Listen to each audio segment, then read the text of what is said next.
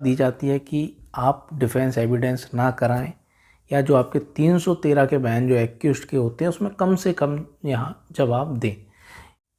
जब कभी आप ट्रायल के विषय में अपने किसी सीनियर से बात करते हैं, ख़ास तौर से 313 के बयान के संबंध में या डिफेंस एविडेंस हमें पेश करना चाहिए या नहीं करना चाहिए, तो यहाँ ज़्यादातर आपको ऐसी सलाह देने वाले कई वकील मिल जाएंगे। वो ये कहेंगे कि आप कोई डिफेंस एविडेंस ना दें, कहीं ऐसा ना हो कि जब उसका क्रॉस एग्जामिनेशन किया जाए तो वो आप पर भारी पड़ जाए, या आप जो चीफ करा रहे हैं उसका डिफेंस में, तो वहाँ कुछ ऐसा कोर्ट को मटेरियल ना मिल जाए, क्योंकि आपको तो इसमें सज़ा होने के कम चांस हैं और आप डिफेंस करा देंगे और कुछ गलती हो गई वहाँ पर तो आपको सज़ा हो सकती है। तो ऐसी सलाह दी जाती है कि आप डिफेंस एविडेंस ना कराएं या जो आपके 313 के बयान जो एक्यूज्ड के होते हैं उसमें कम से कम यहाँ जवाब दें।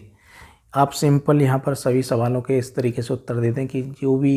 ये मेरे ऊपर आरोप लगाए गए हैं झूठे हैं, निराधार हैं और रंजिश बस लगाए गए हैं, ये आप कह दें।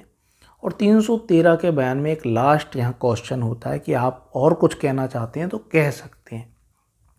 जितना क्वेश्चन सरल लगता है वही सबसे फंसाने वाला क्वेश्चन होता है, उस पर आपको सावधानी बरतनी है। तो दोस्तों, यहाँ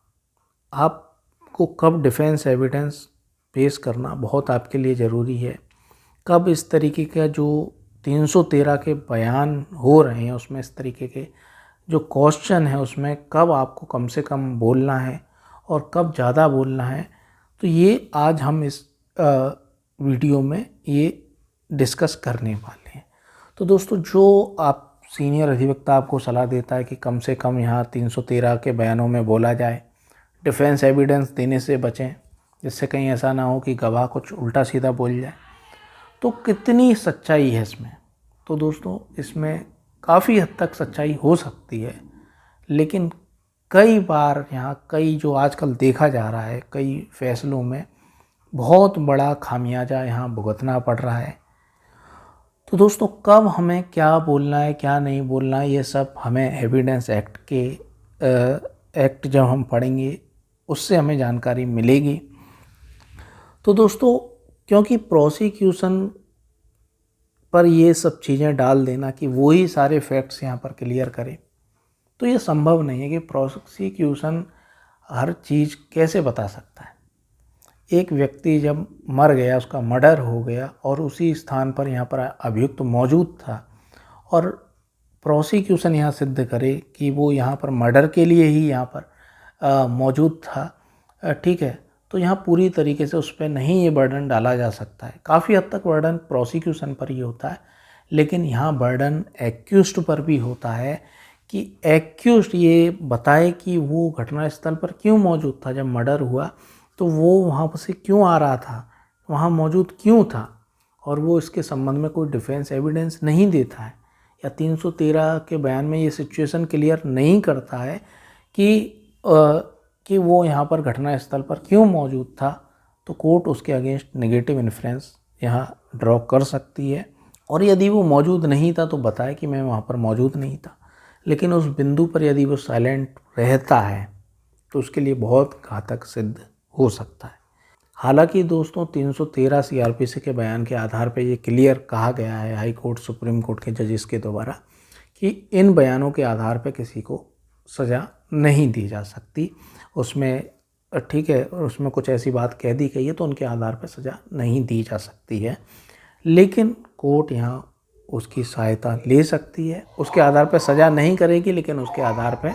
सहायता ले सकती है। तो दोस्तों, जो हमारा क्वेश्चन था कि डिफेंस एविडेंस पेश करना चाहिए नहीं करना चाहिए, 313 का जो बयान है उसमें हमें कम से कम बोलना चाहिए या कुछ चीज़ें हमें क्लियर करनी चाहिए या नहीं, तो वो आज मैं आपको बताने जा रहा हूँ। और इसके संबंध में जो सबसे महत्वपूर्ण सेक्शन है इंडियन एविडेंस एक्ट का सेक्शन 106, जो कहता है when any fact specially with in the knowledge of any person the burden of proving that fact is upon him. तो कोई फैक्ट किसी व्यक्ति के विशेषता ज्ञान में है तो उस पर यहाँ पर बर्डन है कि वो सिद्ध करे, ठीक है। और किसी के ज्ञान में है ही नहीं वो फैक्ट, उसी के स्पेशली ज्ञान में है वो फैक्ट, तो वो सिद्ध करे कि तो वो सिद्ध उस फैक्ट के बारे में वो बताए, उस सिचुएशन को क्लियर वो करे। तो ये सेक्शन 106 है। इसमें एक महत्वपूर्ण एग्जाम्पल दिया गया है कि एक व्यक्ति यहाँ पर बिना टिकट के यहाँ पर यात्रा करते हुए ट्रेन में पकड़ा गया। प्रोसिक्यूशन उससे यहाँ उसने टिकट मांगी, जो टीसी था उसने टिकट नहीं दिखाई और उसने कहा कि टिकट खो गई। तो बर्डन ऑफ प्रूफ उसके ऊपर है कि वो यहाँ ये बताए, वो सिचुएशन क्लियर करे कि कैसे टिकट खो गई, क्या हुआ, वो उस चीज़ के बारे में बताए। अगर वो नहीं बताता है तो क्लियर उसके अगेंस्ट इन्फ्रेंस ड्रॉ हो जाएगा। जो सबसे पहला इलस्ट्रेशन है जिसमें ये कहा गया है कि when a person does an act with some intention other than that which the character और circumstances of the act suggest the burden of proving that intention is upon him. तो परिस्थितियाँ ये चिल्ला चिल्ला के कह रही हैं कि आप यहाँ घटना स्थल पर मौजूद थे, आप और कोई भी घटना स्थल पर नहीं था। तो सारी परिस्थितियाँ यहाँ पर सर्कमस्टांसेस यहाँ कह रहे हैं, उसका जो कैरेक्टर है वो यहाँ कह रहा है कि आपने यहाँ पर मर्डर किया है या आपने यहाँ बलात्कार किया है। तो आप ये जब कोर्ट को बताना चाह रहे हैं कि मेरा कोई ऐसा इंटेंशन नहीं था, मैंने ऐसा कोई अपराध नहीं किया है, तो आपको यहाँ पर बताना पड़ेगा। और यदि आप उस बिंदु पर चुप रहते हैं, आप कहते हैं कि मैंने तो कोई बलात्कार नहीं किया, मैंने तो कोई मर्डर का अपराध नहीं किया, और आप ये नहीं कह बताते हैं कि आप घटनास्थल पर क्यों मौजूद था, वहाँ दूर दूर तक और कोई नहीं था, आप ही थे, ठीक है, जहाँ बलात्कार हुआ या मर्डर हुआ, तो आप उस चीज़ को क्लियर नहीं करते हैं, तो ये आपके अगेंस्ट इन्फ्रेंस ड्रॉ करेगा। तो इसलिए आपको ऐसे मामले में यहाँ डिफेंस एविडेंस देना चाहिए। आपको 313 का जो लास्ट क्वेश्चन होता है कि आप कुछ और कहना चाहते हैं, तो उसमें ये चीज़ें बतानी चाहिए कि मैं उस घटनास्थल पर मौजूद ही नहीं था, ये सब झूठा लिखाया गया है, ये बात है, तो ये बताना चाहिए। या आप क्यों मौजूद थे, वहाँ से क्यों जा रहे थे, ठीक है, घटनास्थल पर इतनी देर क्यों रुके थे, ठीक है। तो ये सिचुएशन आपको क्लियर करनी होगी, और नहीं करते हैं तो ये आपके लिए बहुत ही ज़्यादा घातक सिद्ध हो जाएगी और आपको कन्विक्शन हो सकता है। तो दोस्तों, एक विधि विरुद्ध जमात के द्वारा यहाँ पर दंगे की घटना कारित की गई। तो एक व्यक्ति था, वो यहाँ क्लेम कर रहा था कि मैं तो इनोसेंट हूँ, मुझे तो पता भी नहीं था कि ये भीड़ ऐसा करने वाली है, मेरा कोई भी यहाँ पर मेंस रिया नहीं था, मैं तो यहाँ ऐसे ही यहाँ पर गुजर रहा था, तो ये सब हो गया। तो उसे ये बताना पड़ेगा कि वहाँ पर वो क्यों था, और यदि वो था भी तो भी उसे यहाँ क्लियर सिचुएशन करनी होगी कि उसे क्यों नहीं पता चला कि ये दंगा करने वाली है ये भीड़, तो वो अपने को अलग कर सकता भीड़ से। तो ऐसा क्यों नहीं हो पाया, क्यों नहीं हो पाया, तो उसे ये सिचुएशन क्लियर करनी पड़ेगी। जो परिस्थिति थी उस समय की, जो यहाँ पर चीख कर ये कह रही है कि ये भी दंगे में शामिल था, तो उसे उस परिस्थिति को यहाँ पर बताना पड़ेगा कि जो यहाँ लग रहा है परिस्थितियों से, फैक्ट से, वो ऐसा नहीं है, वो क्यों नहीं है ऐसा, वो उसे खुद यहाँ क्लियर करना होगा। एक और महत्वपूर्ण एग्जाम्पल है, पुलिस यहाँ एक व्यक्ति को गिरफ्तार करने जाती है और वो व्यक्ति भागता है, और अपनी गिरफ्तारी से बचने के लिए वो यहाँ पर फायर कर देता है उस पुलिस वाले के ऊपर। जब उसका ट्रायल चलता है तो एक्यूज्ड यहाँ पर कहता है कि मैंने तो अपनी गिरफ्तारी से बचने के लिए यहाँ पर हवा में फायरिंग की थी, मेरा कोई इंटेंशन नहीं था इसे शूट करने का, क्योंकि अब अटेम्प्ट टू मर्डर का यहाँ पर केस यहाँ चल रहा था। और वो कहता है मैंने तो हवा में फायरिंग की थी, मेरा तो केवल डराना था कि मैं पुलिस वाले को डरा सकूं और अपनी गिरफ्तारी से बच सकूं। तो इतना बड़ा ऑफेंस मेरे अगेंस्ट नहीं बनता है, मेरे अगेंस्ट जो छोटा मोटा अपराध है वो बनता है। तो दोस्तों, इस तरीके से जब वो कह रहा है कि मैं अपनी गिरफ्तारी से बचने के लिए केवल पुलिस वाले को डराने के लिए हवा में फायर की थी, तो उसे ये यहाँ पर सिचुएशन क्लियर करनी पड़ेगी, ये बताना पड़ेगा। ऐसी परिस्थिति में यहाँ पर बर्डन ऑफ प्रूफ उसके ऊपर है, वो यहाँ पर सिद्ध करे कि उसने हवा में फायर की, ठीक है, तो वो सिचुएशन क्लियर करे। अगर वो नहीं करता है तो ये उसके अगेंस्ट यहाँ नेगेटिव इन्फ्रेंस ड्रॉ करता है। एक और महत्वपूर्ण एग्जाम्पल हम देख लेते हैं। कई सारी लड़कियाँ जो नाबालिग थीं वो यहाँ पर बरामद होती हैं, अभियुक्त के पास से 3-4 लड़कियाँ बरामद होती हैं, और उस पर आरोप होता है कि ये देह व्यापार करने के लिए, इनसे देह व्यापार कराने के लिए इनको यहाँ पर ले जा रहा था। और एक्यूज कहता है नहीं, मैं तो इन्हें नौकरी दिलवाने के लिए ले जा रहा था। तो यहाँ पर जब ट्रायल चलता है और ट्रायल में वो कोई डिफेंस एविडेंस नहीं देता है नौकरी के संबंध में कि मैंने नौकरी के लिए ले जा रहा था, ये जो 16-17 साल की लड़की हैं, नौकरी इनकी मुझे लगवानी थी, तो उस पर वो साइलेंट रहता है और उस सिचुएशन को क्लियर नहीं करता है,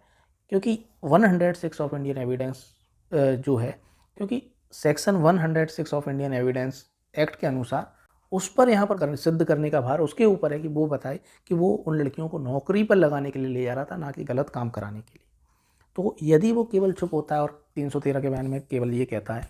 कि मैंने ऐसा कोई अपराध नहीं किया, ये ठीक है, एक एक शब्द में यहाँ पर उत्तर दे देता है, कोई सिचुएशन क्लियर नहीं करता है, कोई डिफेंस एविडेंस पेश नहीं करता है कि वो नौकरी के लिए यहाँ ले जाया गया था, तो उसके अगेंस्ट यहाँ पर केस उतना ही मजबूत होता जाता है और कोर्ट उसे यहाँ पर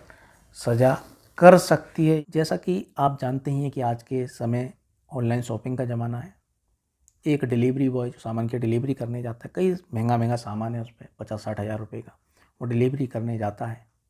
ठीक है, और सामान यहाँ पर लूट लिया जाता है, ठीक है, वो उसकी कोई कंप्लेंट नहीं कराता है, कोई शिकायत नहीं कराता है, और उसके अगेंस्ट यहाँ चोरी का मुकदमा दर्ज हो जाता है। कंपनी चोरी का मुकदमा उसके अगेंस्ट दर्ज करा देती है कि इसने माल चुरा लिया है और इसे कड़ी से कड़ी सज़ा दिलाई जाए। तो जब इस जो डिलीवरी बॉय है जो एक्यूज्ड बन गया, तो उसे यहाँ सिचुएशन क्लियर करनी है कि आखिर उसने लूट का मुकदमा क्यों नहीं दर्ज कराया। पास के यहाँ पर जो भी 112 नंबर पे उसने कॉल क्यों नहीं किया पुलिस को, पुलिस के पास क्यों नहीं गया वो शिकायत करने। तो यहाँ वो पूरा यहाँ फंस रहा है अगर वो चीज़ें क्लियर नहीं करता है, क्योंकि परिस्थितियाँ क्लियर चीख के कह रही हैं कि इसी ने यहाँ पर अपने माल को जानबूझ के गायब करवा दिया, चोरी करी क्योंकि उसने शिकायत नहीं की थी। तो शिकायत क्यों नहीं की उसने, ये उसे बताना पड़ेगा। उसे बताना पड़ेगा कि वो कहना चाह रहा है कि कंपनी ने मुझसे मना किया था कि कोई शिकायत करने की ज़रूरत नहीं है। तो ये सब चीज़ें जो भी फैक्ट्स हैं कि उसने शिकायत आकर पुलिस को क्यों नहीं करी, ये बर्डन ऑफ प्रूफ उसके ऊपर है। जब वो कह रहा है कि मैंने चोरी नहीं की, मैंने माल नहीं गायब करवाया, तो यहाँ वो सिद्ध करे कि उसने ऐसा नहीं किया है,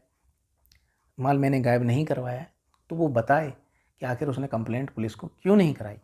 तो दोस्तों बहुत ही महत्वपूर्ण सेक्शन है इंडियन एविडेंस का ये 106 ऑफ इंडियन एविडेंस एक्ट, क्योंकि पूरा इस वीडियो में तो मैं नहीं बता सकता हूँ, डिटेल में नहीं जाना चाहता, क्योंकि आपको खुद ही पढ़ना होगा। तो आप कोई भी यहाँ ट्रायल लड़ रहे हैं तो इस सेक्शन को ज़रूर यहाँ ध्यान रखें, इंडियन एविडेंस एक्ट का सेक्शन 106।